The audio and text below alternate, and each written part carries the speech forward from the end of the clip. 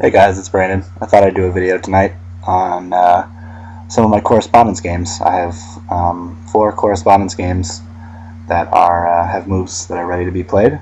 So just thought I'd go over that. I'm on chess.com, and my correspondence rating right now is 1740.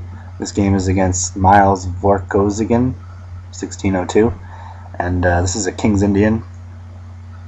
He just played knight to c3. So I'm going to bring up the analysis board and we'll take a look at some moves ideas here. Still sort of in the opening phase of this one. Not really sure what to do here. I could play queen b6, I could play queen b6, attacking b2, but that's easy. He just gets in b4 and has a lot of queenside space. So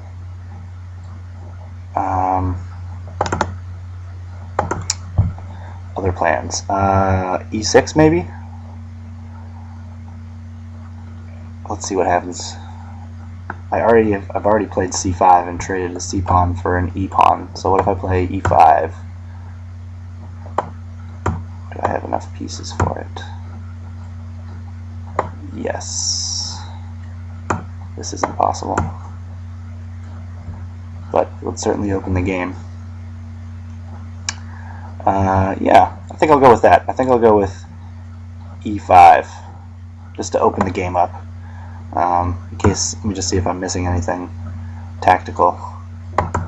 Back to knight c3. I don't think I have any. There's no unprotected pieces, no holes. In the long run, b3 is a hole in this position, and I'll probably get in.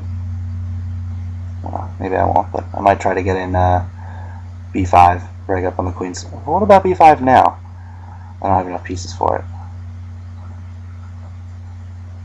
Well, this game isn't particularly tactical yet, so I think it'll be okay just for me to play e5. So we'll go with e5 for this game. Submit move, and it should take me to my next ready game now.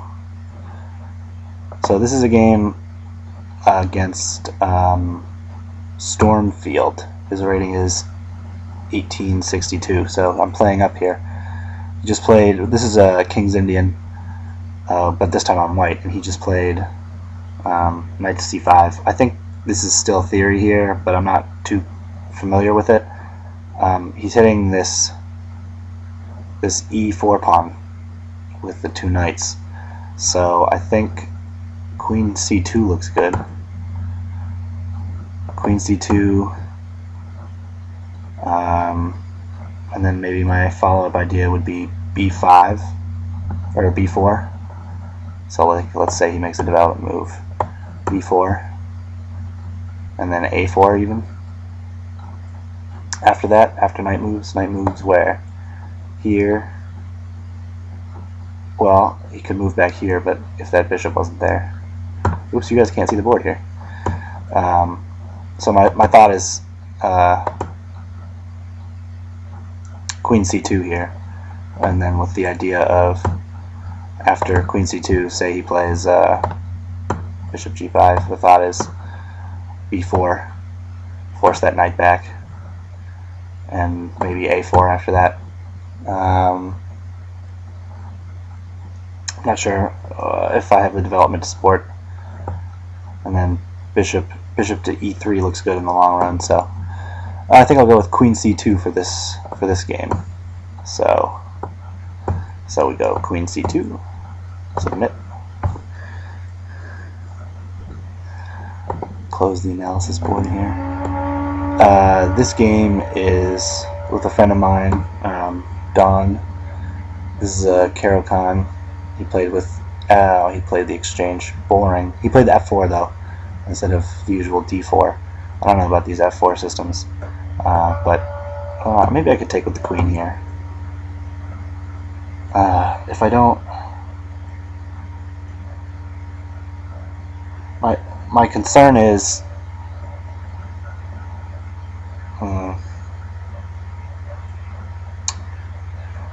queen takes d5, knight out, sort of a Scandinavian. Queen takes, knight c3. I'll lose a tempo, so just to show. If I play, instead of the usual c takes, if I play queen takes, knight c3 drops a tempo, and where would the queen go? Maybe a5. And then the idea is to get the bishop out, and I don't have the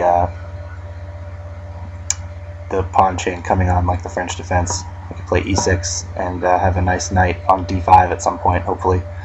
So, yeah, let's do something a little more interesting. I'll lose a tempo when he plays knight to c3, but it'll be a little interesting here.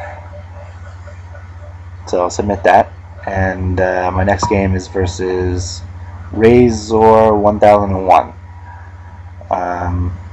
rated 1467, and this is another King's Indian. Here, he just played knight to c3, excuse me, knight to e2 from c3. I could play b5. I don't even need to play a6 because my knight is watching. That's the benefit of this development pattern with the knight in the King's Indian, from so to a6 and then to c3, supporting the b5 advance.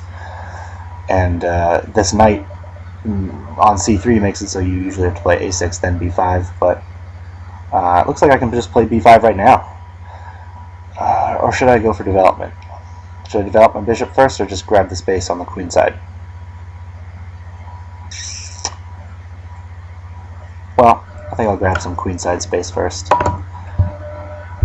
This position doesn't seem like a particularly tactical position at the moment.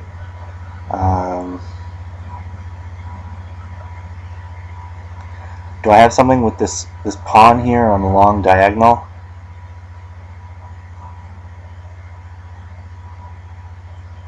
I could play, if I played knight g4, threatening this bishop.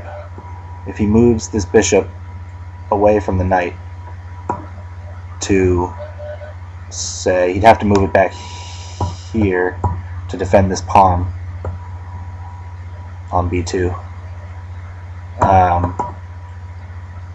But then if he does do that, so let's say knight g4, it looks kind of ugly, but you know, what's my knight really doing on that square anyway? I can't really set up any threats, and my bishop doesn't have a good square to go to. But if he lets me get the bishop pair, well, we'll look at that down the road. Maybe I'll just grab some queenside space first. So this is the position. So if I play e5, a4, etc., push the queenside pawns, break things open. Oh, maybe I could play a4 and bishop a6. Get my light square bishop doing something. It's sort of almost a bad bishop because of these pawns in the center. They're not my pawns, but it would be tough for me to develop on any d squares. I could come out here, but I would just be trading the bishop for a knight.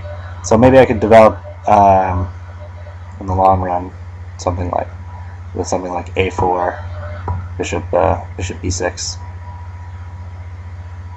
bishop a6. So we'll go with b5.